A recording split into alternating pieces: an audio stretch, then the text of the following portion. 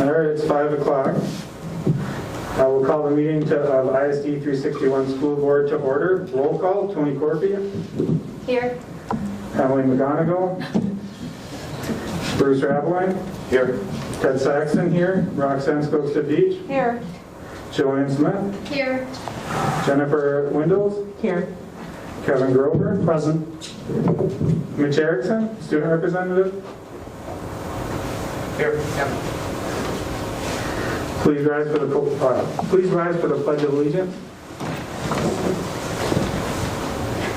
I pledge allegiance to the flag of the United States of America and to the republic for which it stands, one nation, under God, indivisible, with liberty and justice for all.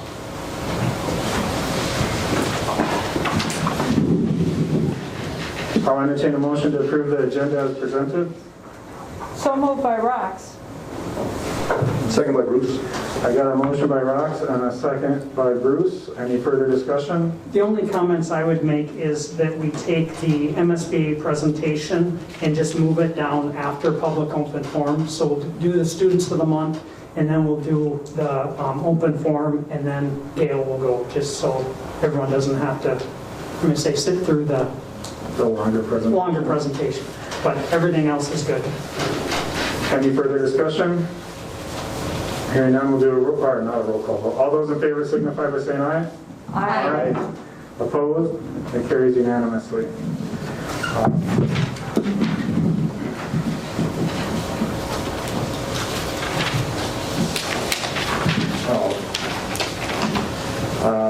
Open forum, Help Student of the Month. For September, we have Anthony Scholler. Come on up, Anthony.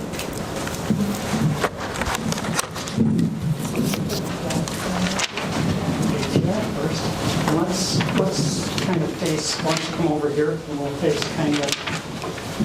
Alrighty, Anthony Scholler is the recipient of the Elk Student of the Month for September. Anthony's parents are Angela and Kenneth Scholler. Anthony is a 3-sport athlete participating in cross country, swimming, and track and field throughout his high school career. Other activities to highlight include high school band, pep band, Minnesota Honor Society, and volunteer at Ruby's Pantry. Anthony is an active lifeguard for ISD 361 and puts in many hours when he is available. Anthony challenges himself academically and has taken many of the college and the school classes to earn both high school and college credit.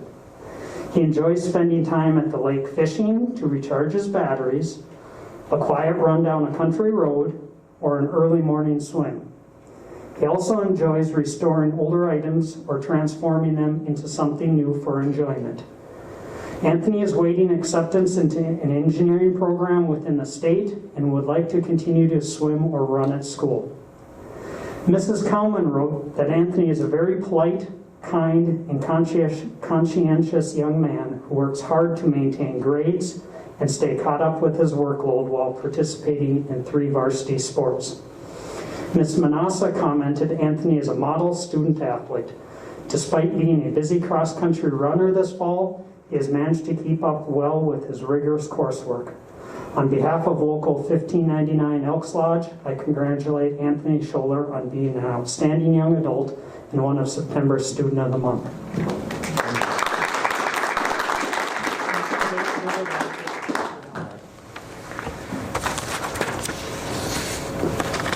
Kylie? October, Kylie Sweeney and Parker Savona.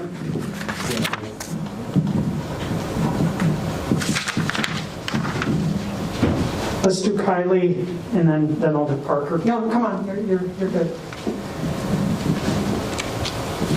I'll give you this to hold because I can't hold both of them. Yeah, lost hands. Kylie Sweeney is a recipient of the Elk Student of the Month for October. Kylie's parents are Sherry and Dan Sweeney. Kylie has participated in volleyball, speech, and Dirty Dozen for extracurricular activities.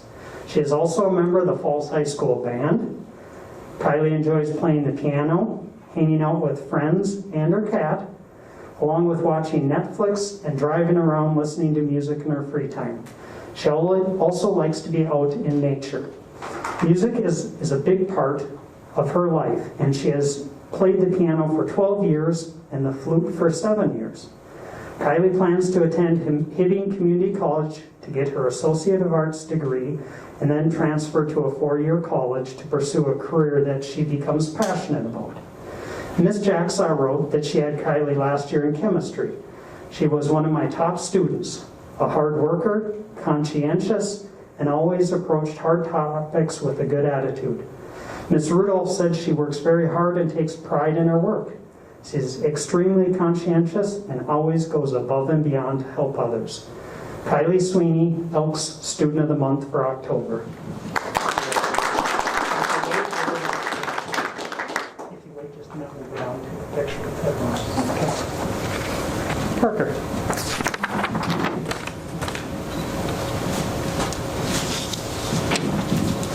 Parker Savonen is a recipient of the Elks Student of the Month, also for October. Parker's parents are Bobby and Nick Savonen. Parker has participated in cross country, hockey, baseball, and track and field as sports while at Falls High School. He has also been inducted into the Minnesota Honor Society, elected to student council, and participated in band. Parker likes to practice his extracurricular sports when he has free time or is doing homework. He does like to relax by watching sports and movies. Parker is undecided for future plans, but has applied to a few colleges and is looking at their programs to find something of interest. Ms. Rudolph commented that Parker always has a positive attitude. He works very hard and tries his best with everything he does. Parker Savonen, October Elks Student of the Month.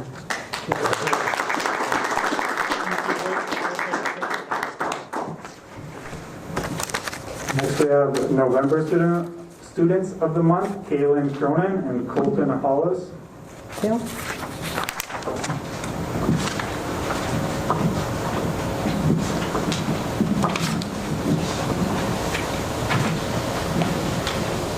Kaylin Cronin is a recipient of the Elks Student of the Month for November. Kaylin is the daughter of Crystal Cronin. Kaylin has been involved in volleyball since about 4th grade and has helped coach younger groups. She has volunteered at Bacchus with the food program. Outside of school, she likes to do art-related activities such as drawing, painting, outdoor activities. She enjoys reading and writing in her spare time. She is going to finish her AA degree next year, and in the meantime determine a major to finish a 4-year degree. Ms. Hammers writes, Kaylin is a model student in the classroom. She is positive, respectful to all members of the school community, and diligent in her efforts to succeed academically. Kaylin's smile and work ethic is contagious, and she spreads her positivity each day she enters the classroom. Kaylin Cronin, Elks Student of the Month for November.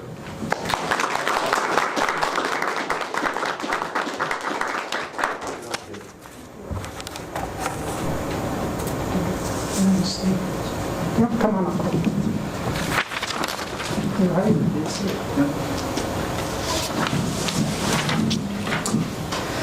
Colton Hollis is the recipient of the Elks Student of the Month for November.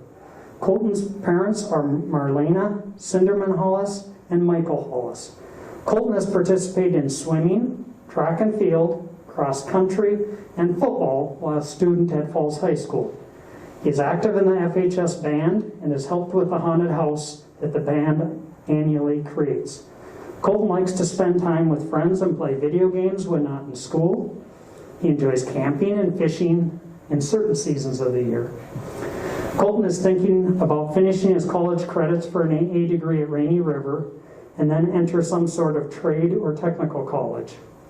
Mr. Stanberg stated that Colton is a student in the concurrent enrollment government class and is prepared, inquisitive, and willing to share in discussion. He is a model student in terms of effort, dedication, work ethic, and attitude towards his working classmates. Colton Hollis, Elks Student of the Month for November.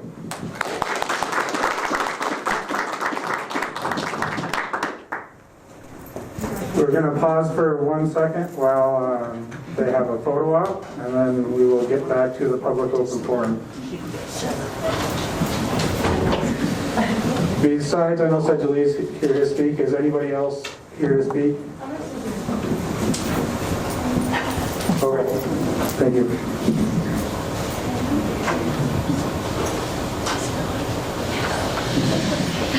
I believe it is. I didn't catch it. You can tell if the green light is on, if it's red or green. We're good. I'm just going to pass these up while we...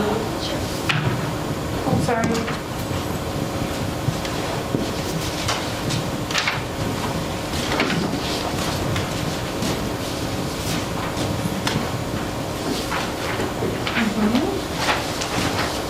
Thank you.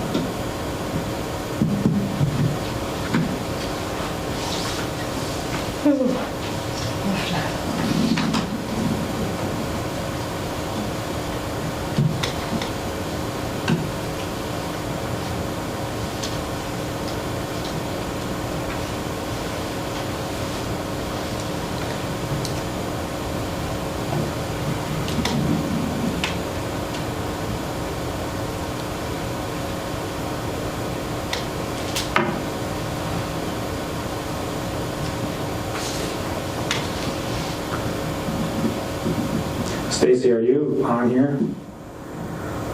Can you hear me? Yep, I'm here. So Emily texted us and said that she's in the audience online, maybe.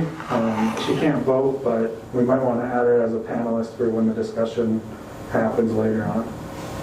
Oh, I thought I promoted her. Maybe she didn't accept it. And when Yeah, you get here, you got to accept. Yep, I promoted her. She just has to add. Yep. Okay. Is she voting or not voting? No, she's No not. voting. Thank you, Stacy. Mm-hmm.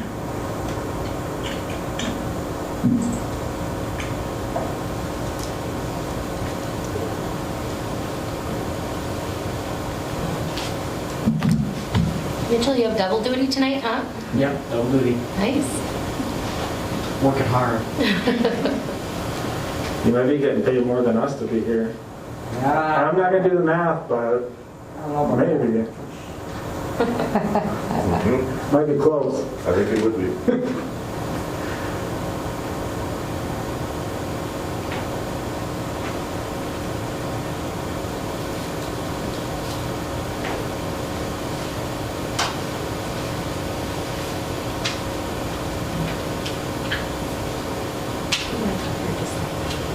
I know. Puffin. Guy.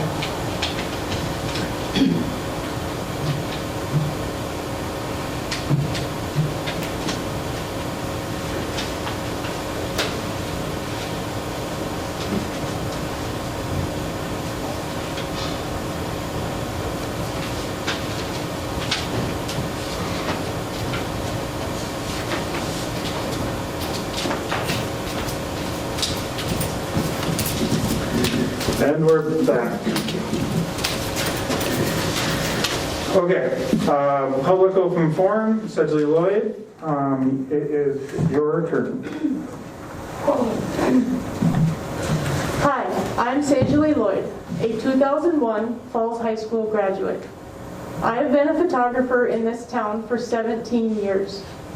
I have taken pictures for this school since 2004, and I absolutely love working with the kids. This is the 6th time since 2009 that I've stood before this board and fought for this contract. I've given you all a copy of the history of school pictures since I've started as a photographer. I also have 14 pages of signatures of parents who support my business and want Lacey and I back taking the school pictures again. This should speak volumes to you. We take pride in our work, and we don't have a one picture per student policy. LifeTouch does this because they have no idea who any of these kids are. I'm sorry, but the lack of training, professionalism, pride, time, detail, and effort that Enstrom's, Interstate, and LifeTouch have shown during their contracts is embarrassing to every professional photographer in the industry. I've had so many people reach out to me from all over the United States and say, "We sure wish you could come to our town and photograph our children. We have LifeTouch." It's crazy that people would move mountains to get me in their schools, and you have me right in front of you, and it's been a struggle for me for the last 5 years. I want to talk about this contract. It's a potential 4-year contract with LifeTouch on year 3. In 2019, I was outbid by $2. $2. At some point, this has to come down to more than just money. There is a lot more than money that goes into providing a product and service, such as school pictures, to schools and families, which has never been considered. It has always been about the dollar amount. The contract also has a huge list of free items that the photographer is to provide to the school at no charge. I understand the school needs certain things to operate, but the list has become outrageous. The most ridiculous item, in my professional opinion, is free class photos. It is completely unethical and a complete abuse of power to ask a company for more than $5,000 worth of free items in order to get a contract. You are putting one huge expense on one family business. 3 years ago, you were worried about a $2 more difference per photo package for a family with 3 children that would have to pay $6 more for photos, but you are okay with one business giving up over $5,000. I just don't understand.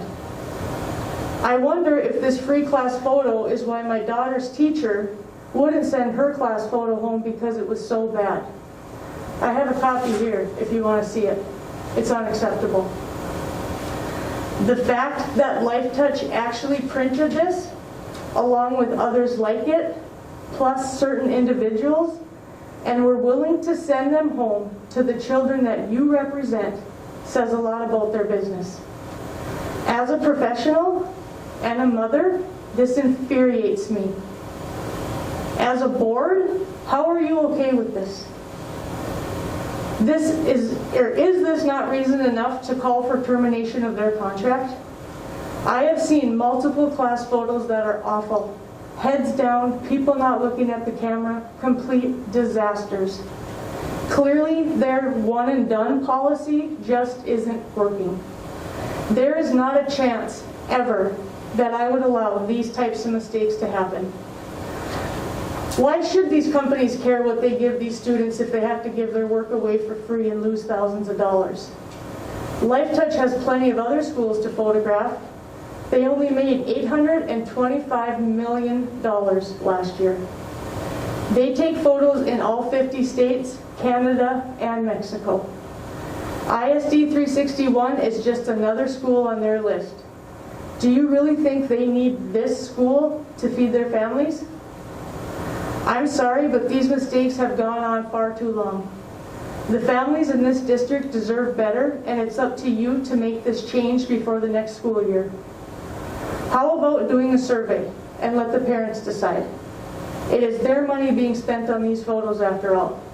Let them Roxy, choose. we are at the 5-minute mark. If you could wrap up. I have like 3 sentences left. Okay, go ahead. Let them choose who they would like to see in the school. You put me back in this school and I guarantee you will not have half as many, if any, problems or complaints from parents. I just want to give these kids a great picture that they could look back on and simply smile at. Thank you for your time. Thank you.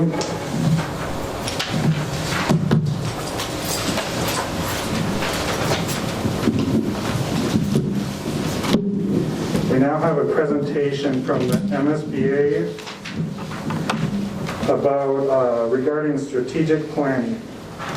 Gail, can you hear us? I'm just going to go back in the agenda and get. I can hear you just fine. How's the audio for me? It's perfect on our end. Okay, very good. Would you like me to go ahead and start? Yeah, go ahead, please. Okay, very good. Well, Superintendent Grover and Chair Saxton and members of the board, thank you so much for giving me some time to visit with you this evening about strategic planning. I have had some conversations with your superintendent to kind of frame what has been happening in the past, and knowing that you have a strategic plan that has sort of timed out. It was one that MSBA actually created for you in 2015. So happy to talk to you a little bit about the services that we have available. My name is Gail Gilman. I serve as the Director of Strategic Planning and Board Leadership with Minnesota School Boards Association. And I have been at MSBA since 2017, and then prior to that, had a long career working for the University of Minnesota. Like most of the board members, I too was a former school board member. I served on the New Ulm board for 2 terms, and during those years served in the leadership position of both vice chair and also clerk. So I see your world through you now and the life of school boards. So it's just very rewarding for me to be able to assist boards with all of your work, including strategic planning. MSBA started doing strategic planning back in late 2015, which is, I think, when your first one was created. And since then, I think we are in like 92, 93, 94 strategic plans that we have assisted schools with. We do work with the traditional schools, charter schools, intermediate schools, education districts, and service co-ops as well. And probably the biggest question for you, and I think you might know the answer, is why? Why do we do strategic planning? The first answer to that is simple. It is a requirement under Minnesota statute that you have a strategic plan in place and that you are using it as well. And it's also a placeholder for your World's Best Workforce requirements. Certainly it helps you as a second why. It helps you adhere to the board governance model. You get to see board governance model in phase 1 and phase 3, and probably any time that you're at an MSBA function, we talk about it, where the board governs and the superintendent manages. And one of the key responsibilities of the board is to have an up-to-date strategic plan in place. And then once that is in place, the budget and staffing and programs align with it, and your superintendent is the one who manages it. And then the third reason to have the strategic plan in place is because it allows you to govern under what we call the strategic governance framework, meaning that the goals of your strategic plan will align with, and are aligned, or should be aligned with, your goals as a board, and also with the goals of your superintendent.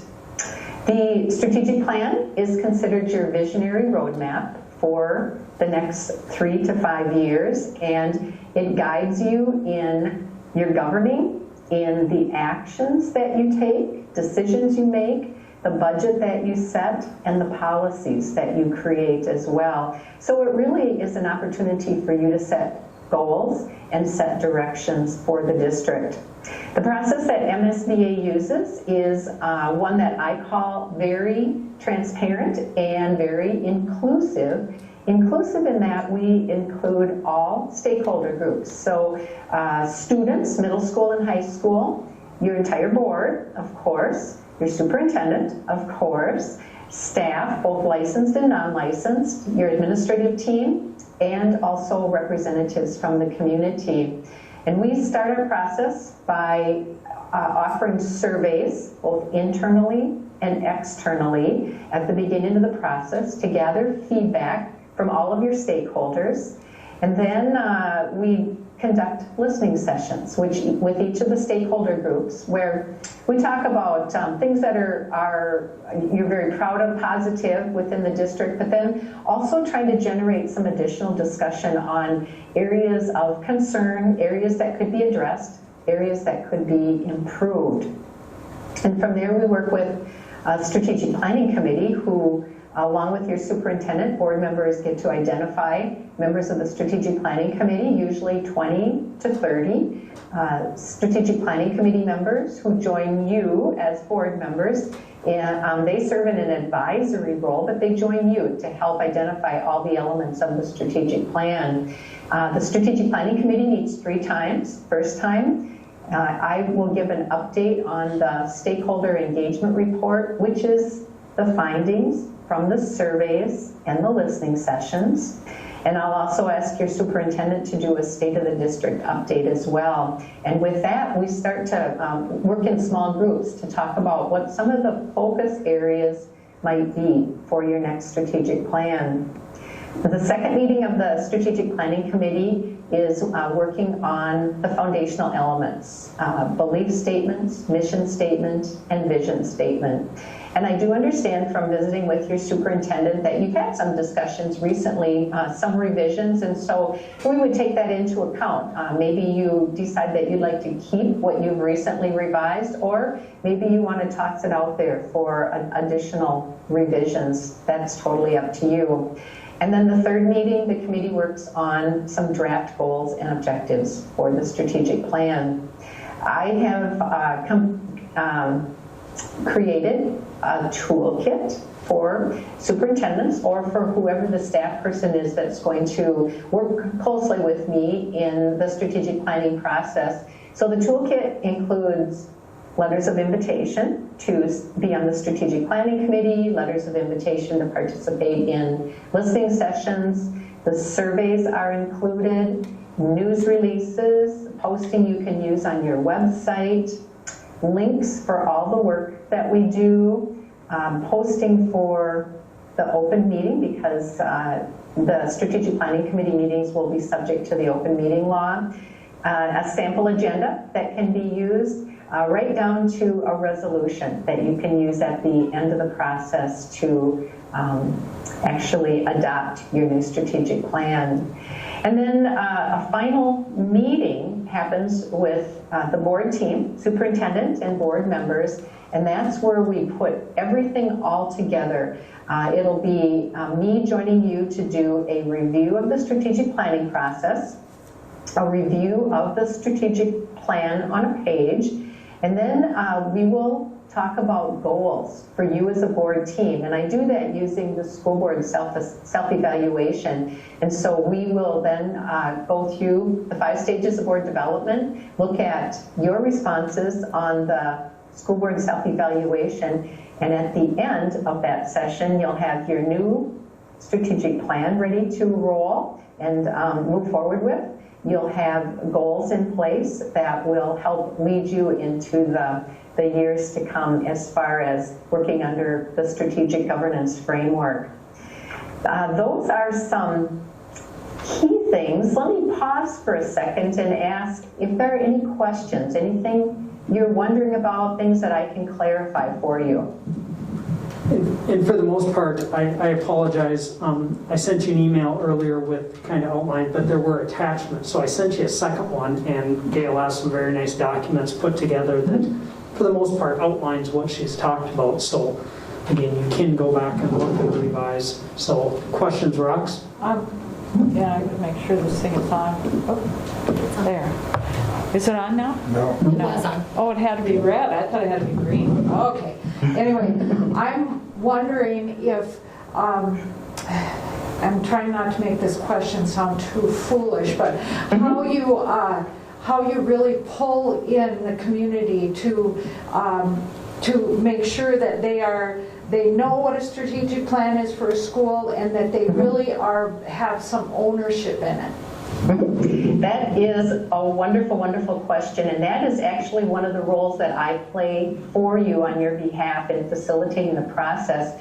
What I will ask you to do is help identify community members who can serve on your strategic planning committee, and usually what I suggest is that you, as each board member, bring forth 4 to 6 names representing a cross-section of your school community, and then come to consensus on who those 4 to 6 community members might be that would be on the committee. As the committee meets, I will talk a lot about why a strategic plan is necessary, how it's used, and why it's important to have the values, the feedback from your community as part of the process. So that's what the strategic planning committee, and then with the surveys, I do have a letter of invitation that can go out to community members, and the link, as a matter of fact, to take the survey. So, garnering support and input that way. And then the third way to pull in the community and gather their support is simply inviting them to a listening session as well. And that, again, I have sample letters that could be sent out to potential community members, and you could target community members, or and then just general publicity in the local paper. And then a lot of times school districts will send the listening session invitation out to your email group of parents and guardians as well. And plus, I also suggest community. Have your Chamber of Commerce help promote any other larger businesses that you have within your school community. So those are some of the suggestions that I have for you. Does that help? And do you have any concerns about that? I'm good, thank you. Okay, good. Thanks again for asking that. Other questions? Anybody else? And not to call you out, Emily, do you have anything? I know you're online and I can't see you because of the number of people. Do you have anything, just so we don't skip over you? I don't have anything right now, but I certainly will chime in if I do have any further questions. Thank you, though. Thank you. Gail, I don't think anyone at this point. I guess the last group that was here presented to us, and they talked about the importance of the brevity of their report that they would produce. And so I'm curious about what a typical report of yours entails now, and also I don't know, not maybe an example of the school districts that you're doing it for, but maybe discuss what districts you've done in the past year or two, since the strategic planning of a lot of schools has probably changed over the last couple of years. Yeah, those are great questions also. So our end product for you as a board is what we call a plan on a page. It's a very concise document that has your belief statements, mission statement, vision statement, and the focus areas on one side, and on the other side it has the focus area goals and objectives. So for you as board members and for the community and staff who will see that document, it's really the big picture. And as a former board member myself, for me that is the key. That's what I needed to be concerned about. And so it is definitely not a long document, and that is very, very intentional. The long documents that you will receive will be the stakeholder engagement report that has all the findings of the surveys and the listening sessions. And then the additional documents that will go into details are actually will be in what I call a governance document that I'll provide for your superintendent, and then he can actually put the action steps into that. So that's what we have, is the plan on a page that we create. And then as far as school districts, let's see, where do I start? So a couple of large schools within the last year: Forest Lake area schools and Moorhead, Battle Lake, Pipestone, McGregor, Warren, Alvarado, Oslo, I'm currently working on Trek North, which is a charter school in the Bemidji area. Let's see, Kingsland in southern Minnesota. I will be working with Winona. So the list goes on and on. And then I have some other charter schools, have some education districts that I have worked with as well. But that gives you kind of a flavor of who I've worked with. And then of course, one of the advantages is that our MSBA messaging about board governance is built into the strategic planning process. So we really talked the talk that you as board members utilize throughout the year. So hopefully that answers your question on those two things. Yes, thank you. Gail, just a couple things that we talked about, and I don't think, like say, as I told you, it's up to the board. As far as timeline, and I think it's in your documents, for the most part, 10 to 12 weeks, I think, is kind of a time span. Is that correct?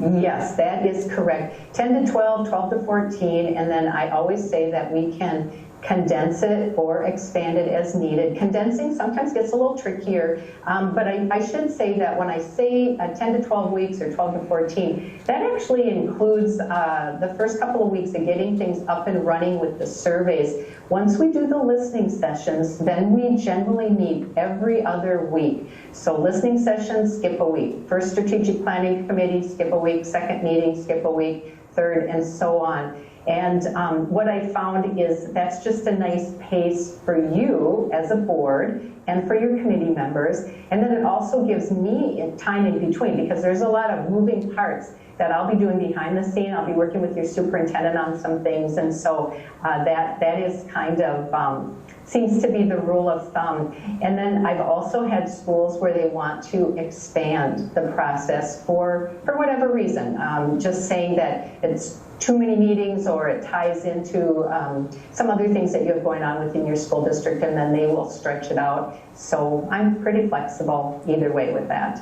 Nope, that's perfect. And the only other thing I just wanted to clarify is I believe, and I don't think you gave me an exact date, but you were saying, I think you're booked up till, is it midsummer or into the fall? I don't remember exactly, but... Yes, starting into the new school year. And while that seems like a long time, from now, it's not, because by the time we do some of the upfront preparations, we'll work together. I'll work with your superintendent and with board on the survey questions and some of the little details, getting dates set and things like that. So gearing up, that time will actually go faster than you think. But yes, we would be looking at starting at the beginning of the 2022 school year. So kind of in that August, September timeframe. Perfect, that's all I had. Okay. I apologize. I actually thought of a question as I started thinking a little bit more. I'm wondering, Gail, if you could speak to what, after we get through the strategic planning process and create that one-page plan and kind of that visionary piece after that, what additional support would you help provide, kind of ensure we're on track, or if we have some additional, if we get off track or just need some more support? What would that look like after the process? Oh, Emily, that's a great question. Thank you. I will provide as much or as little support as you need. For sure, we'll do a one-year check-in, but if you need additional support, and matter of fact, I just had a school district that called at the end of last week that we finished their strategic plan, and they said, could you come in and just do a quick review with the board and with strategic planning committee members? So built in is that one-year check-in, just to say, hey, it's been a year, and don't forget to do a deeper dive on reviewing that strategic plan, checking off the list those things that you've completed, and then looking forward to the next year. But if there's anything that comes up that you need assistance with, something that has changed within your district, I am here to help you no matter what. Thank you. Mm-hmm. You're welcome. Well, thank you for joining us tonight, Gail. If there's nothing else, we'll let you get going, and appreciate you being here tonight. And Gail, just so you're aware, yes. and I think I mentioned, we have one more next Tuesday. We're getting a presentation, and then I guess I don't know if the board will decide to. In the near future, I will be back in touch with you one way or the other. If there's any questions, we'll by all means shoot you some questions in between as the board looks at things. And you know how it is, we leave a meeting and go, I should have asked that. Yeah, right, you know. Right. So absolutely. Yes. Thank you. Good, well, great. Thank you so much for your time this evening. I look forward to working with you, hopefully, and enjoy the rest of your meeting. Good luck. Take care, everybody. Thank you. Thank you. Bye-bye.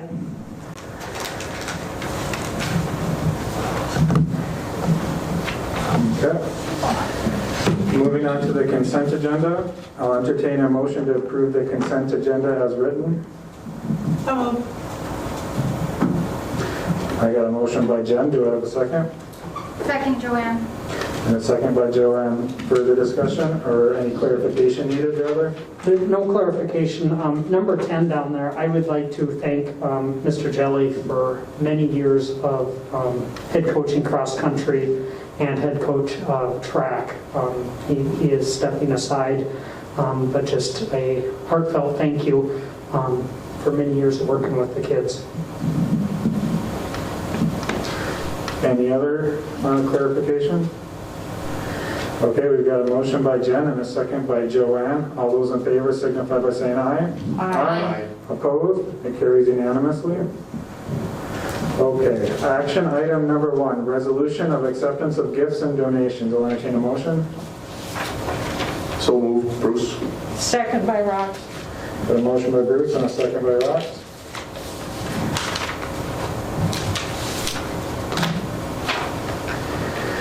Resolution for acceptance of gifts and donations. Whereas School Board Policy 706 establishes the guidelines for the acceptance of gifts or donations to the district. Whereas the International Falls School District Board encourages the support of the district's educational programs through gifts or donations that meet the goals and objectives of the school district. Whereas Minnesota Statute 465.03 states the school board may accept a gift, grant, or device of real or personal property only by the adoption of a resolution approved by 2/3 of its members. Therefore, be it resolved, the School Board of International Falls Public Schools, ISD number 361, accepts with appreciation the following gifts, donations, or grants received by the school district. PCA Mill of International Falls for Homecoming Week sport admission, $3,200. And still from PCA, girls competition swimsuits, $800. Football cheer outfits, $500. Hockey cheer outfits, $500. From the football boosters, volunteer coaches' salaries, $5,000.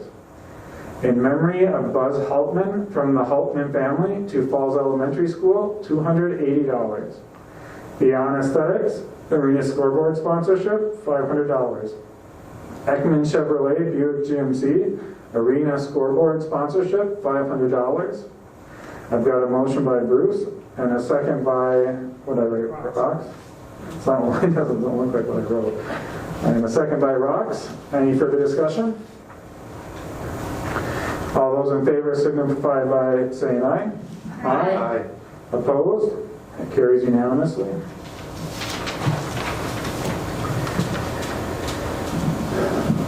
All right, action item number 2, adopt resolution of governing board supporting application to MSHSL Foundation. I'll entertain a motion. I'll move, Joanne. Got a motion by Joanne. Do I have a second? By Rox. And a second by Rox. Further discussion? Just so everyone's aware, this is the high school league resolution from the foundation that we can apply for to help kids that can't. It's a small amount, I'm guessing it's, I think $750, depending on how many apply, but to help offset people that can't afford to pay. And so we do it each year as long as the foundation has funds to do it. So I just wanted to throw that out. Any further discussion? Hearing none, I have a motion by Joanne and a second by Rox. All those in favor signify by saying aye. Aye. Opposed? It carries unanimously. Action item number 3, approve the dissolution of Girls Hockey Cooperative between Rainy River and International Falls. I'll entertain a motion. So moved, Bruce. Got a motion by Bruce. Do I have a second? Second, Joanne. And a second by Joanne. All right, Kevin has some further discussion on this one. Yeah, if you look at items number 3 and 4, just so the board's aware, we've had a co-op for girls hockey with Rainy River, Ontario, and us. And I think last year had 3 girls. I think there's only 1 from there now. In fact, for a couple of years we've had, even with COVID, we had some come and play. The girls hockey, I'm just going to say, is struggling with numbers. We were approached, again, I can't guarantee, but there's for sure 1 girl, possibly up to 3 from Indus that are interested. And so, I'll be honest, I'm in favor to keep the programs going. So 3 and 4 go hand in hand. If we dissolve number 3 and you don't support number 4, to me it would be a step backwards. Because then, right, so I probably should have put them together, to be honest. So I guess I would like to have discussion. If someone's not in favor, I don't want to let number 2 or number 3 go if we're not going to approve number 4, so to speak, if that makes sense. And I guess I'm looking at its opportunity. We're struggling to have enough kids. Yeah, if you don't mind, I'll just share a little bit more about that. Yep. So these girls play youth hockey here in falls, and then as they get to the high school level, they may go to Little Fork, they may go to Indus. Well, if that's the case, and we're not going to cooperate with them, then they can't play any longer. So it hurts them and it hurts us, and it provides opportunity. So I think it's a good thing. And for the, just so the board's on page, as of right now, they would pay, our activity fee, which, let's be honest, doesn't cover a whole lot. But the reality is we have a bus going. Without 2 girls from Indus, we still have the bus going. If it ever gets to be where it was 50-50 or something, it would maybe be a different conversation. And again, if one of those girls is a goaltender, it's a huge difference. Correct. And one, I think, I believe is. So anyway, it's... Can I make a motion to put 3 and 4 together? And So I think they should still be separate, just from a procedural standpoint, even though it does make sense. But we've done 2 things that were tied together before, like with teachers' contracts and stuff. Okay. Well, isn't it for Minnesota State High School? Maybe I'm wrong. Don't they have to be separate? Well, you technically need to dissolve one before. You can't be, in essence, 2 co-ops that compete, and that's what it was. So I'm just being upfront. That's why the dissolve is first. And then, and again, unless someone just is not speaking their truth, I'm not worried about it. I just want everyone aware up front. That's what we're doing. So the only concern I have with it, it's definitely not about and I look forward to voting for it. But recently, this year, we've had quite a few kids leave the district. And one thing that has kept kids in our district is the sports teams. And so that's a concern is, what would be preventing kids then from going to Little Fork or Indus if sports were what was keeping them here. I'm not saying that's the whole reason to vote for something. I'm just saying it's worth bringing up. No, I understand completely. It is what kept a bunch of kids. I can't say the 1 or 2, I didn't ask names, I didn't look at it. It's a matter of fact, and again, we can pick on several sports. Girls hockey is one that's getting tough. Yeah. Of course, if you don't have a JV, it even becomes more tough eventually. And there's other towns. Girls hockey, I'm picking on girls. A lot of areas are having tough time supporting it. But girls softball, we've been talking, we actually had a conversation, if you recall, a couple of years ago with Fort Francis. It hasn't materialized, but again, we're struggling with that activity. And unfortunately, this is not across the board. This is one sport, they're individual, and it might not make it if we don't get some kids going. And I certainly understand where you're coming from, Ted. My take on it would be that these decisions are being made by the parents and not their kids for the most part. And I wouldn't want to see kids being penalized and not have the opportunity to play something or do something that they really enjoy doing because of their parents' decisions. That's my spin. Any further discussion?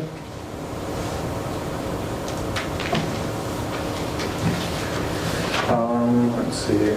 Do I read it first before we vote? You or- don't need to read it. Oh, I don't need to read it? Oh, I thought I It's did. just, Oh, it's okay. in there as printed. Okay, sounds good. Okay, hearing no further discussion, approve dissolution of girls hockey cooperative between Rainy River and International Falls.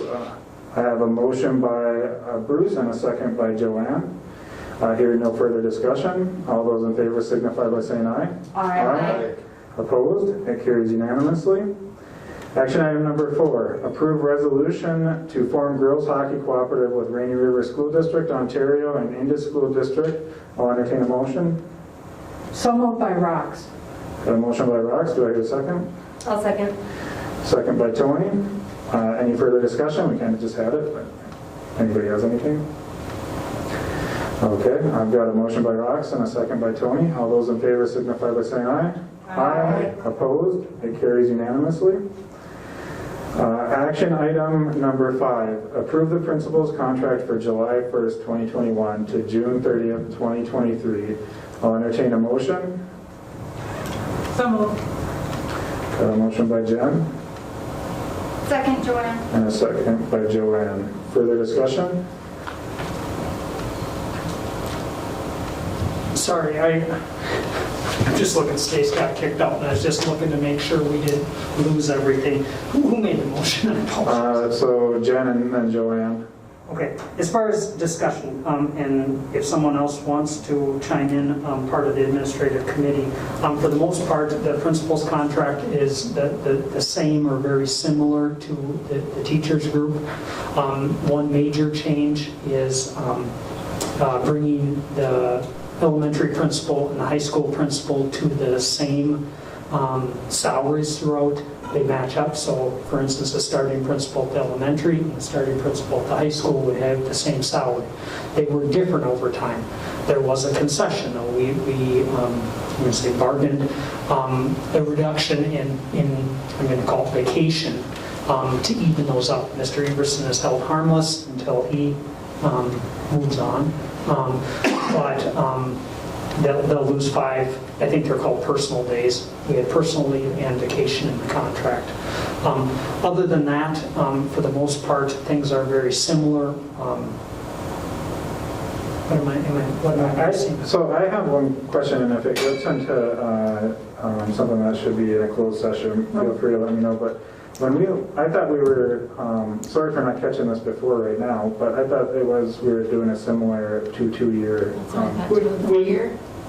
Correct, and just to be honest, we forgot the other 2-year agreement on here. I'm just noticing that too. We will bring it back. The first one is a 21-23, and then they chose to do, move the language forward. Sorry about that, Tim and Missy. We'll bring it next month. It is the exact same. Okay. 2 years, sorry. I should have got that before. I should have caught it too, to be honest, but yeah, we did, or they elected to do the same thing. The second year is no change in language in the same percentages as the other group, as the other teacher group. So I'm in favor. Okay. Like I say, I apologize, we forgot that one. So any further discussion in regards to this? Okay. I have a motion by Jen and a second by Joanne. Hearing no further discussion. All those in favor signify by saying aye. Aye. Opposed? It carries unanimously. It's passed. Okay, committee and administrative reports. Mitch Erickson, student. You have the next. You got, this was printed out by Kevin. So Girls basketball volunteer coach. okay, let me bring it up on my computer. Yep, sorry, why does mine printed it? Thank you. Yeah, I don't know why it didn't come. Do you want me to read it, or can you? It says, acknowledge girls basketball volunteer coach Steve Wendells for the 21-22 season, and we need a motion and a second. Okay, I'll entertain a motion. So moved by Rocks. I got a motion by Rox, do I have a second? Second, Bruce. And a second by Bruce. Sorry, Steve, that was not that we don't appreciate your volunteer coaching. It was just that I had the wrong agenda. So I have a motion by Rox and a second by Bruce. Any further discussion? All All those in favor signify by saying aye. Aye. Opposed? That carries unanimously. Just a note, I'm abstaining. Okay, with one abstention from Jen. Okay, now, is there no number 7? No number All right. 7. It's the same on mine, Ted, I don't All know. right, that's fine.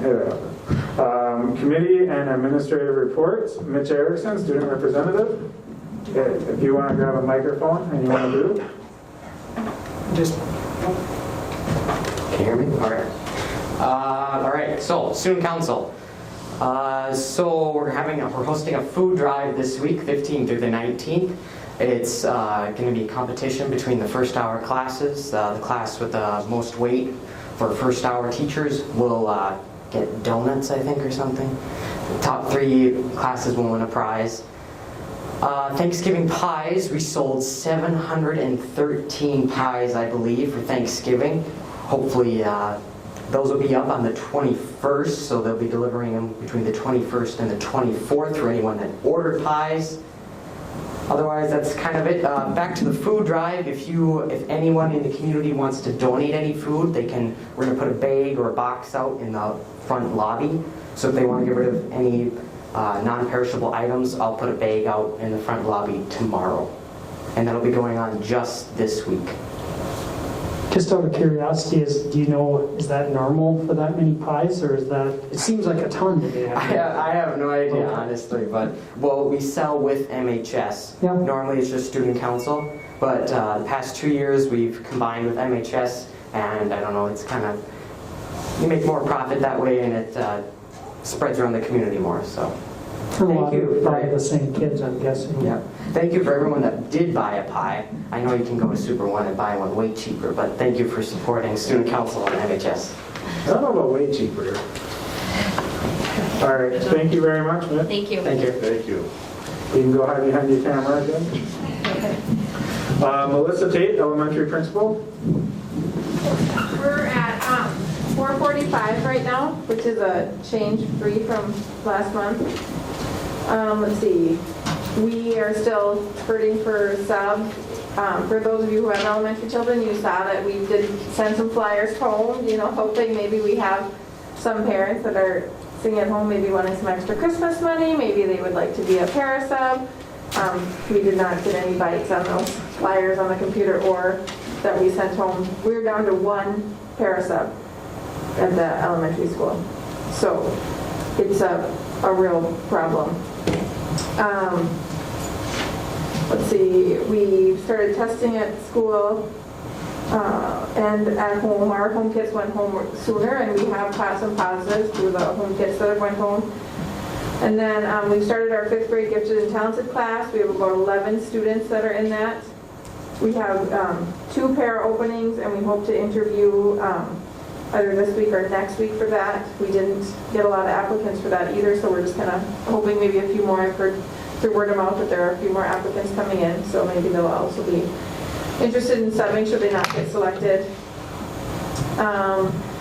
Just recently, the facilitator group for the group that's going to be trained to become trainers of letters participated in Unit 1 and Unit 2 training. I did that along with 4 other staff. So by February, that group will be trained as facilitators, trainers in letters. So then moving forward after our January in-service, the trainings will be offered by our staff, which will provide more flexibility for how we deliver that training. Missy, Yes. can you give me an idea of about how many hours teachers are putting in on their training for letters this year? I think it's spread over 2 years, right? Yeah. I mean, I can't say how many hours they are individually putting in. It kind of depends. I'm doing the training as well. I'm on Unit 3. I would say the maximum amount of time for each session is probably 2 hours, but that's a maximum. It depends how long the chapters are for reading and the computer modules. It differs for every session. There's 8 sessions in each unit. There's 4 units in Volume 1, and there's 4 units in Volume 2. We will only be doing Unit 1 and Unit 2 this year. So is that about like 16 I would to say like 24? 16 hours maybe, I mean, at the maximum for each unit. Oh, Yeah. 16 for each. So for the year, it might be as much as like 32 hours? Right. Okay. Thanks. Any other questions about letters or anything else? But that would be 4 hours a set. But if it's 16 for unit 1, and I apologize, because there's 8 sets. 8 sessions in unit 1. So if it took 2 hours, which is a maximum, I mean, that's more than the time. Like there are some chapters that only take like 20 minutes to read. So that's really giving a large allotment of time. And now for unit 1, we have until, I think I told them maybe like almost a month ago now, and we have until January 17th. So we're asking get through 8 sessions by January 17th. So about 3 months they have to complete that. And then it'll be similar to... So Kevin, are you saying 32 hours is high or low or? No, I guess what I was getting, over the whole year, other than the in-service training is not included in there. You know, they're going to have whatever the January 6 date hours. is, 6 hours training, but there's a certain piece that they have to do ahead of time. And for the most part, because I was asking the same questions, it's about 2 hours max for called a chapter. Some might be 20, 30 minutes. So if we said 16 hours between a month ago and the in-service date in January, that would be that high end. You get what I'm saying? So you've got your in-service, which is done during in-service days. Correct. Not during school days. And then you have some pull-out time with teachers to do it up to approximately, it could be as much as 30 hours in a year. In a that year. Each teacher puts in. Yeah. Okay, that's all I want to know. Thank you, Missy. We also have a sub thing as a COVID update, but I'm assuming that your report's your report. We'll get on it. Okay, Tim Heverson, secondary principal. Okay, our enrollment right now is at 534. We're up 2 from last month. We're down 20 from last year this time. Our winter sports are getting underway. Girls and boys hockey have already started, and girls basketball officially started today. And boys basketball and boys swimming will be starting in the next couple of weeks. They're currently in captain's practices. Our substitute situation is about identical to Missy's. We have a couple, I think we have 1 or 2 para subs over here, and we have a few teacher subs, and teachers have been good about helping out and covering classes during the prep times. We're beginning a 4-session professional development training during our Early Out Wednesdays that begins this Wednesday. It's being put on by the Northland Special Ed Co-op. It's called No Such Thing as a Bad Kid, and they'll be offering that through Zoom sessions. So we'll start that on the 17th, and then we'll have skipping the Wednesday before Thanksgiving, and then 3 more sessions in December. We have started our testing asymptomatic students and staff. We started that actually last week. And we'll be offering that each week, and we may be offering or having to go to 2 days because of the larger number of students and staff who are interested in that testing. And only students who have returned a signed form from their parents, the permission slip to get that testing, are being tested. And the nurses are also testing symptomatic students if that is requested by a parent. And we have tomorrow we're sending home our at-home COVID test kits, and I know that we picked up a number of positives doing our testing here. I don't think we picked anyone up on asymptomatic, but students who had symptoms, either who were here in the morning and then got tested, or parents brought them in. So our testing is proving to be helpful because we're identifying students who are positive. And our COVID numbers, we have a number of students who are going to be going off tomorrow, meaning they're able to come back to school. So our numbers are starting to fall back down, actual positive or active COVID cases. Thank you, Tim. Any questions for Tim? No? Okay, Kevin Grover, superintendent. Okay. And so I threw the graph up, and I know they're small. They're on the COVID dashboard. The left is FES, the graph, and the right is FHS. Yeah, it has spiked. I'm not going to say certain pieces as high as I'm going to say the spike in September, but not total number of kids out. But again, as I mentioned last time we met,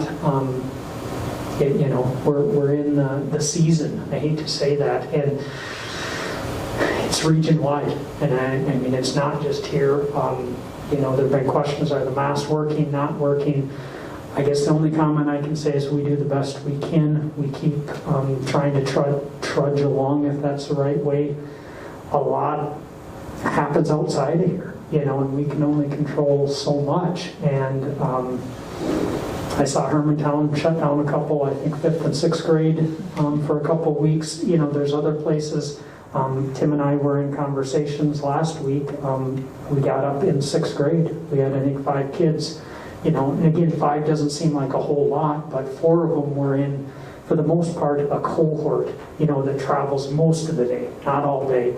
And so it was getting that borderline. Are we going to pull a pause? Not on the whole school necessarily, but those majority of those are coming off here. I think we're losing, don't quote me, but I think 8 kids tomorrow.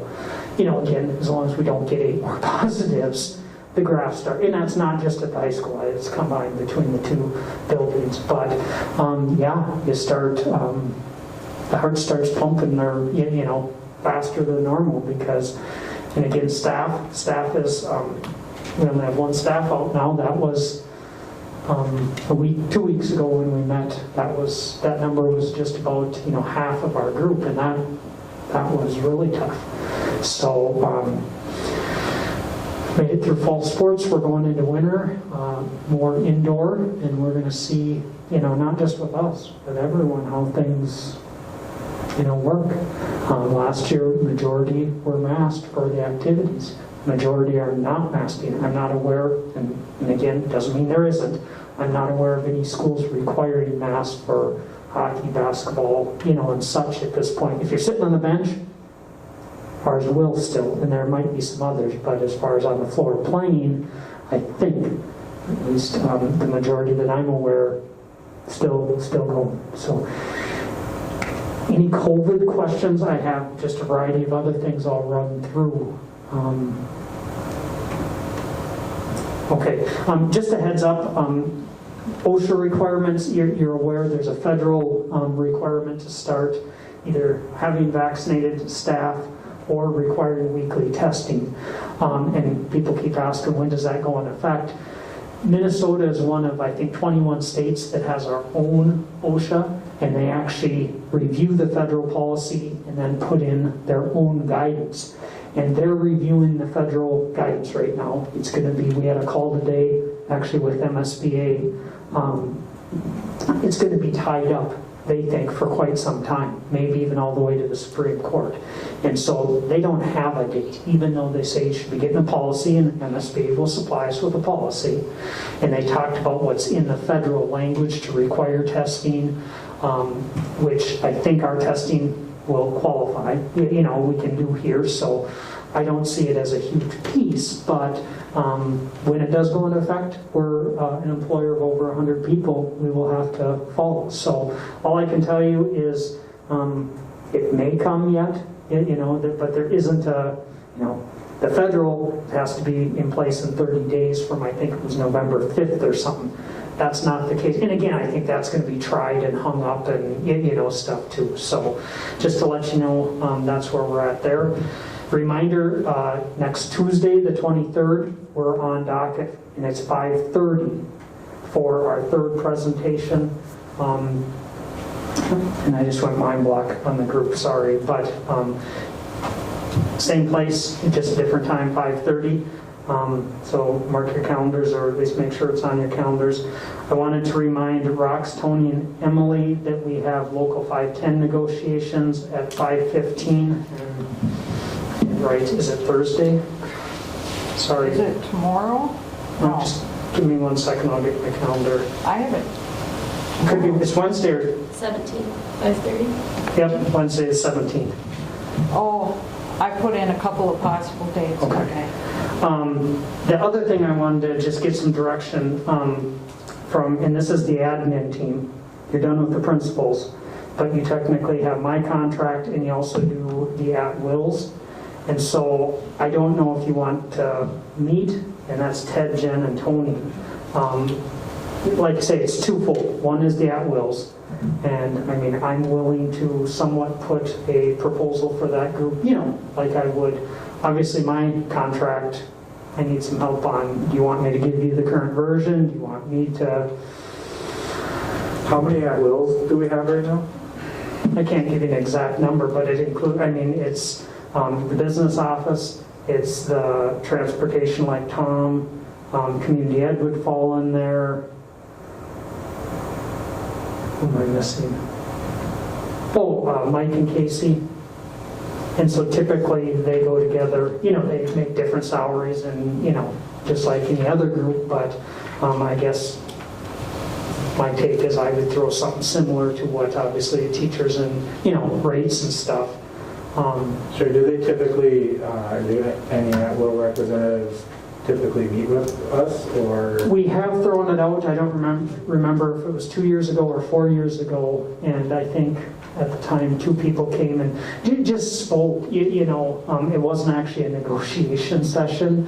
For the most part, the at-wills are at your discretion. I think it's worth maybe putting something out there. Are there any concerns? Let people have a voice, but they're all different, and so I think sending something out, if there's anything you'd like to, I will give to the group, for consideration. But it's not, I'm going to say, like the teachers or paras where we go back and forth a whole lot. It's, here's your rates. They don't have bargaining rights. They're bargaining rights. It's like hear them out. So if you're okay, I will do that. I will put out, the administrative team is going to come together and, consider your contracts. Is there anything you would like, and any documentation that your, argument to support it, maybe something like that. And then as far as my contract, you want to come together, have a conversation? Do you want, I'll give you I can email all of you, in fact, I can email all the board if everyone wants it, the current copy. So I think probably the best thing to do would be to give us your current copy, and then we'll have to similarly have a meeting with you like we did with the principals, correct, to see what your asks are. Typically, the three people and myself will get together, and it's just kind of a win. And like I say, we have 5-10 that I hope to get done fairly quickly, and the other ones I think will be fairly quick. And I would love to be done by December, to be honest with you. Okay. Should we try to pick a date for us? For which? It would be Tony, myself, and... Why don't the three of us get together right afterward? And see if we can... Sure. Okay. Just so you're aware, I'm working on a survey that is going to go out. It's going to be all voluntary to try and collect some input for the ESSER funds. That's what a good chunk of the districts have done and actually had success getting input from the public. I'm thinking, and again, it doesn't have to be a board meeting, I'm thinking of also doing possibly on the 23rd or a date thereafter, having a listening session. And again, it doesn't have to be a board meeting. If people would rather come and talk, they could. But the struggle has been is getting people to come, where if you send a survey, you'll get some to answer. Again, the response rates have not been great from the soups that have done it, but at least they've got some information and they've been able to use it. Again, the board's going to be able to give input, obviously, and have final decisions, but we need information to put into our application to get, some, I'm going to say, approval. So just, if you see that, that's where it's coming from. Testing, just so you're aware, I reached out, one of the hindrances right now with the Q testing that we hired Katie, and she started 2 weeks ago or whatever, takes about 20 minutes, and the state won't give you any more readers, but I found out they'll Q will sell additional readers. So, and that's you do the swab, put it in this cartridge, and then it goes into the reader. So I ordered another one today, and I'm actually going to order another one tomorrow. So the plan is we will be able to at least do 3 every 20 minutes, so to speak. The problem with going much more than that for one person, by the time, I'm just going to say if I was doing it, I work with Tony to get it done, get it in the reader, get the next person, get it going, and get a third person and get it going. Well then, after the first one, you have to do the second round, but you're also emailing, parents, and she's, calling rooms, to, hey, send Johnny down, send Sally. So, unfortunately, you can't do, even if we had 10, she couldn't, one person keep up with 10. So we're going to get, like I said, 2 more. So she'll have 3, but then we're going to have 1 in the other building. Okay, so what will happen is when she's in the elementary, we'll have 1 here. There'll be 3 for her to use. We'll have 1. When she comes over here, she'll bring 2 and leave 1 there. So whoever the nurse is over there, if they need to do a test, they can of that. Okay, because occasionally they've needed that, and it's like we got a problem. So anyway, it's going, it's starting. I'm happy they're struggling to get them all in. And again, it is open to students and employees. Board members are employees, so if you're interested, it's open. Couple things, and I don't know if anyone is interested, and I'm not twisting anyone's arm. I'm guessing if you're signed up to get information from MREA, the Rural Education Association, and I don't know if everyone does, but there's an opening for a board member for MREA from our area. If anyone has any interest, Bob Endahar, the executive director, is a great person to work with. I didn't read through the whole thing. I mean, it's not a monthly meeting. I'm guessing it's quarterly or something. And I think they're doing them Zoom now. But if you're interested, I have the printout there.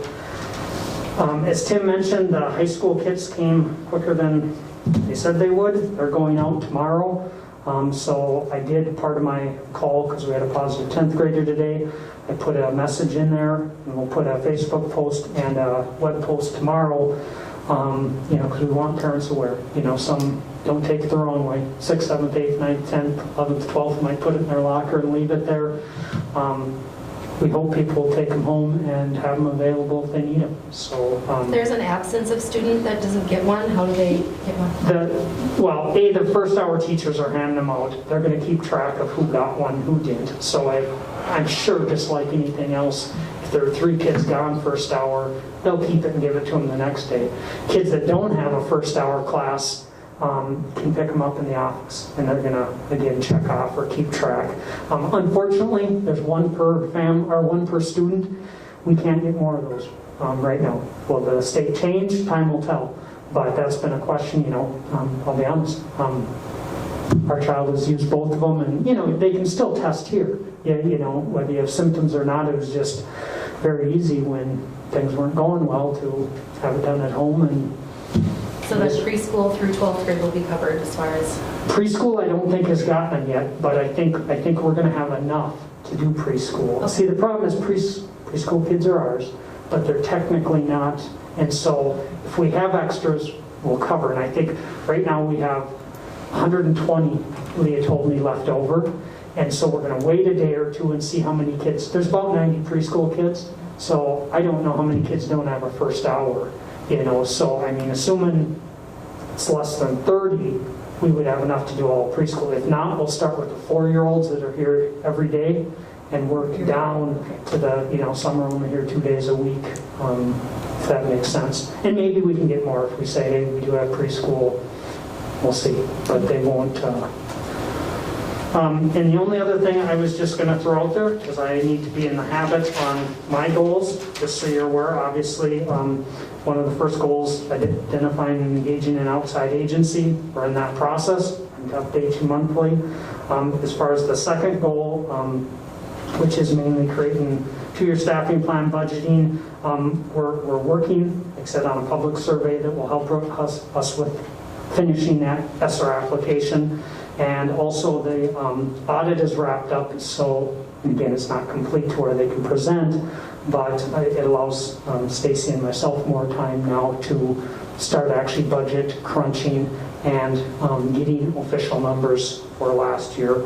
And like I said, if we can get our other 3 groups done, that will solidify. Again, we have pretty good estimates of where things are, but that is all I have for updates on those 2 at this point, but I want to get in the habit of touching on them each month. Rox? Okay, I have a question not related to COVID. Yep.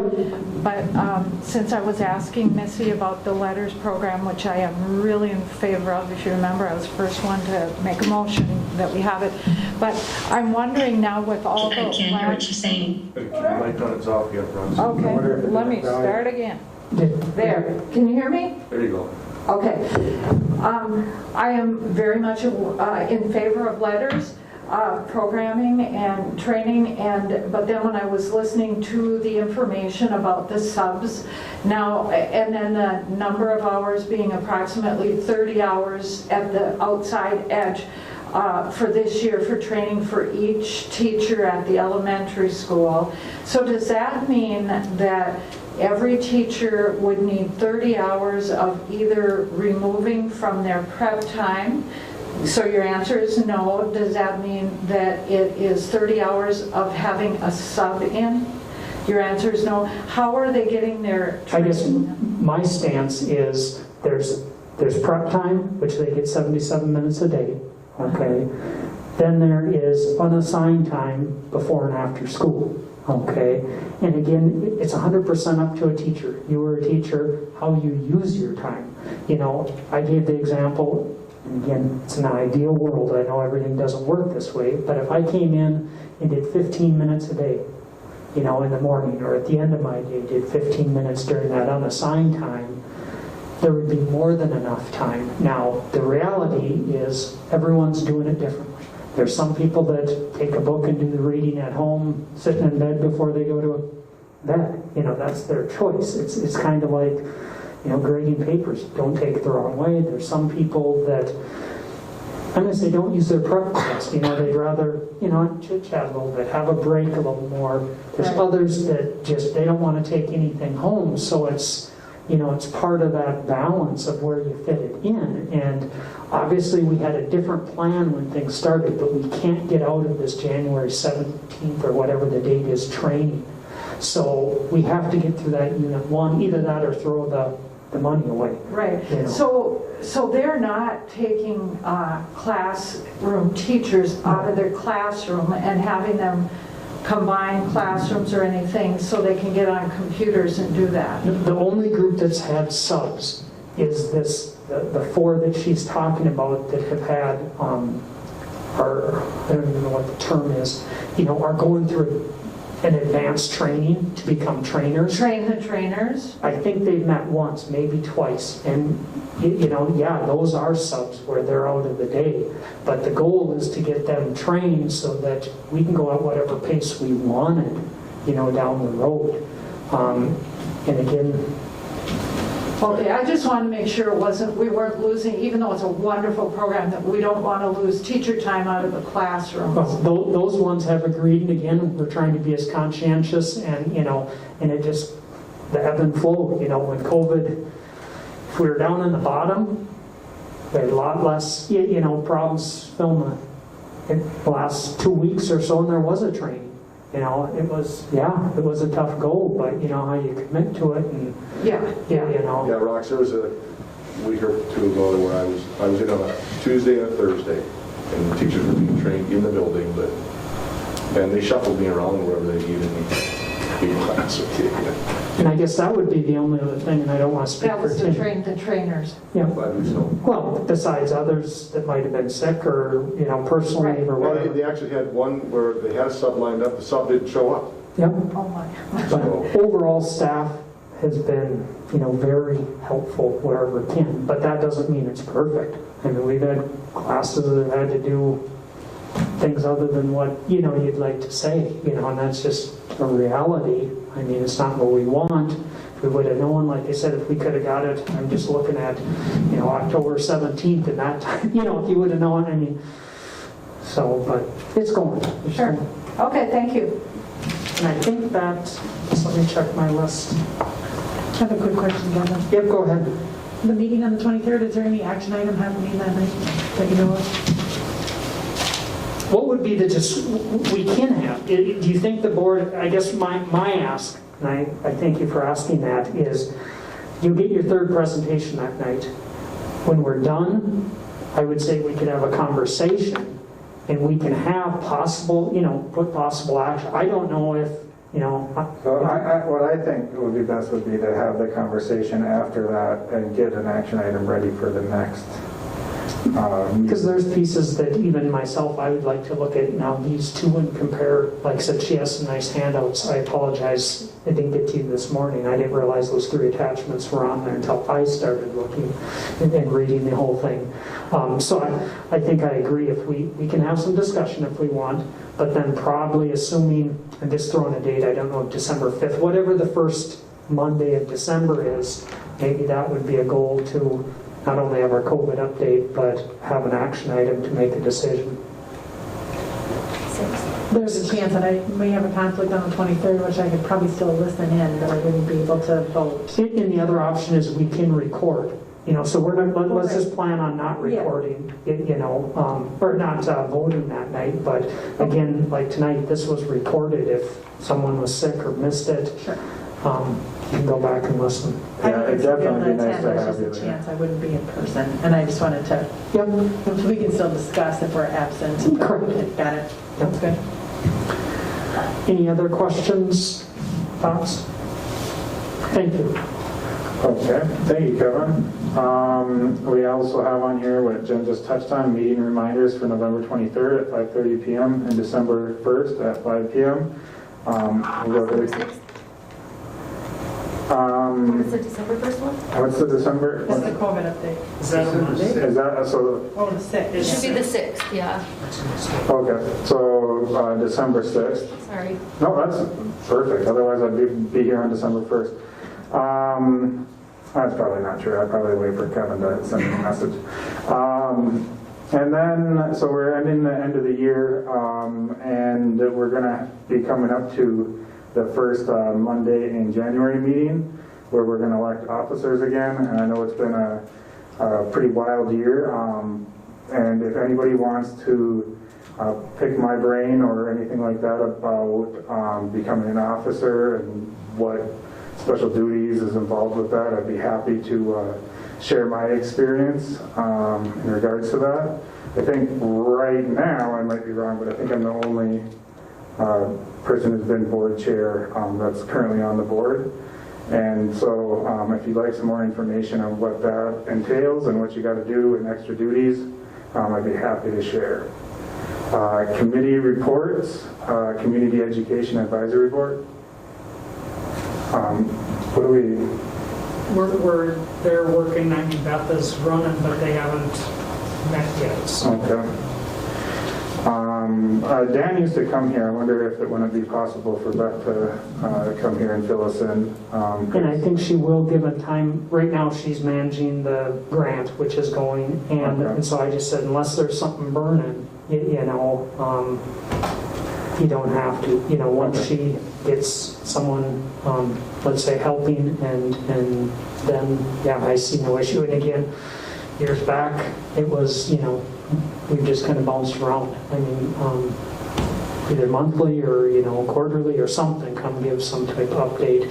Because again, the advisory committee has met monthly. There's other times they don't need 9 meetings. I think they need 6 in a year or something They like used to that. meet every 3 months. Yeah, or maybe it's quarterly. So we'll get back on some rotation then. Okay, thank you. And then the Recreation Commission, from the representatives that are here, do we have an update about the Recreation Commission? Well, I think the majority of the conversation centered around the proposed Cary Park project. I'm sure many of you read about in the paper as well. They did a follow-up article on that. So I'm pretty well informed on that. What's the Recreation Commission's role in that? Just as advising, or? Right. Yes, it's just advisory. Yeah, and there's a couple of councilmen on there, and so they had some good insight and they had some ideas of dollars and where they're coming from and all that. So it was it was interesting to see the paper respond and some of the input that was coming in from the community, and so we got a different perspective, you know, from the committee meeting to reading the paper. There was, a lot of question mark bubbles in my head.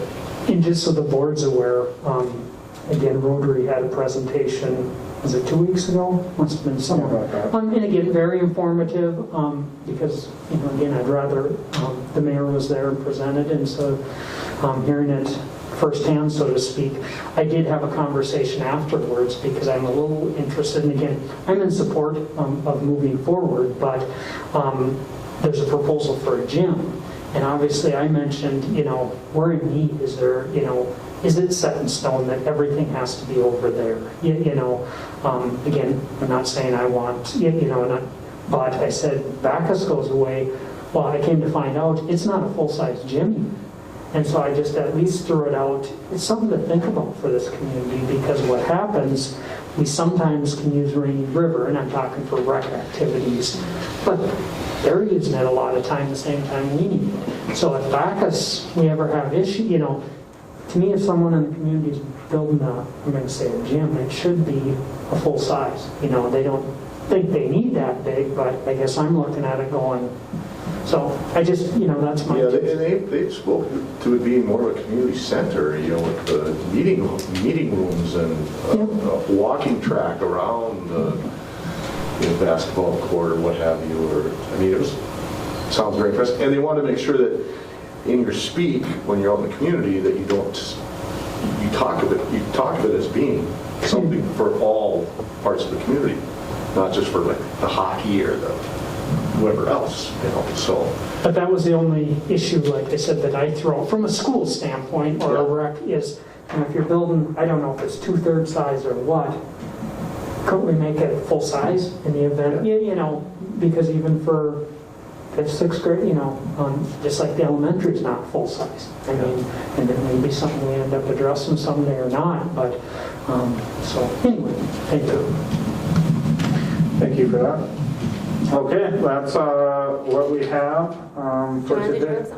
Oh, I was just going to say that we did talk about raises in wages for like lifeguards and Cary Park Arena. We did raise Nick's wage for him caretaking Cary Park, because that's a big job. And then, you know, just looking at potentially, you know, some incentives or wage raises or something for lifeguards coming up for this, you know, next year and following that. So. Did you reach like a conclusion on that? We didn't, just not for lifeguards. Okay. We just raised Nick's. Yeah, the discussion piggybacked on those that we've had here, but we felt that Nick's, because he's done an awesome job for a long time, and he was kind of telling Bill Mason that I might have to start looking for something else, and that would be devastating. And just so the board's aware, we met, it's probably been a month and a half ago, with, well, I'm just going to say a small group. It was when Dan was here, a community member that does the lifeguard training. Bill was there, I was there, Tom was there, I forget who else. Bill had gotten a bunch of lifeguard numbers. And we're in the ball game, but we're looking at what can we do, because our lifeguards and the city's lifeguards are for the most part the same people. And I think in December at our regular meeting, you're going to get a proposal that we look at reimbursing them the cost of getting their lifeguard. Not instantly, but if after you've lifeguarded, I don't know what the number is yet, but you know, 20 hours for us or something, we would reimburse them that cost, you know, and maybe even, you know, an automatic raise after, you know, so many hours, you know, and they're in the ballgame of what other communities for the most part are getting. But let's face it, if they put a couple $100 in, at least it's something. You know, if you get out, you know, and work for us for whatever, 20, 30 hours, you'll get that money back, you know, because we're struggling with the number of lifeguards. I'm just being honest. You know, and they're going to do another training, lifeguard training here coming up. I don't know if they've set the date when it's coming. Yeah, I'm thinking about with lifeguards and supply and demand about also and this is, I don't want to get too deep into discussion about it, but with subs and para subs too, the economics of it is eventually, I mean, you can't pay them everything, but if we can't get people, the only other thing we can do is either provide a work environment, which the work environment is what it is, or better incentive, which is increasing pay. Beth Ann, do you want to speak? She raised her hand on here. Oh, so something probably has to happen with giving her the ability to speak. Just give me 1 second. She's up on the presenter now. I gave her permission. Okay, thank you. Can you hear me? We sure can. Hi, I've been here the whole time. Couple things. One, we do have a January 22nd and the 29th set up to do lifeguard training. We are all set to do that. I have been able to recruit one new kid so far. I plan on sending some letters home to the girls' swim team, and I plan on sending letters home to kids that are 15 and older in our school district to see if they're interested. Also, I've had one adult say that she would renew her lifeguard license so that we could have a backup lifeguard. And I've had a couple other adults reach out and said that they would be interested in doing the class. So we do have that, the ball is rolling there. A little update, we have not had an advisory meeting. Today, I reached out to some of the members to get a roster of who's been on the advisory meeting or advisory committee. And so I kind of have a list right now, and we will be meeting before the next school board meeting. And we did have an ECFE event. We did a treat streak for tots, and we had over 200 participants come in between adults and little kids. And we had approximately 17 people, groups, individuals. The sheriff's department was here, the city police department was here, businesses, even people who just wanted to do it, set up tables, and the kids walked down the halls to do that. So that was the first event that I helped organize and got out of the gate. And we have a defensive driving class coming up November 23rd at 9 o'clock over at Rainy River Community College. I think that's about it. Well, thank you. Thanks, Beth. No. Okay. Okay, is there anything else for the good of the board? If not, I'll entertain a motion to adjourn. Oh. Got a motion by Jen, do I have a second? Second by Rock. Second by Joanne. Any further discussion? All those in favor signify by saying aye. Aye. Opposed? Carried unanimously. We are adjourned at 6:37 p.m. Thank you, everybody. Thank you, everyone.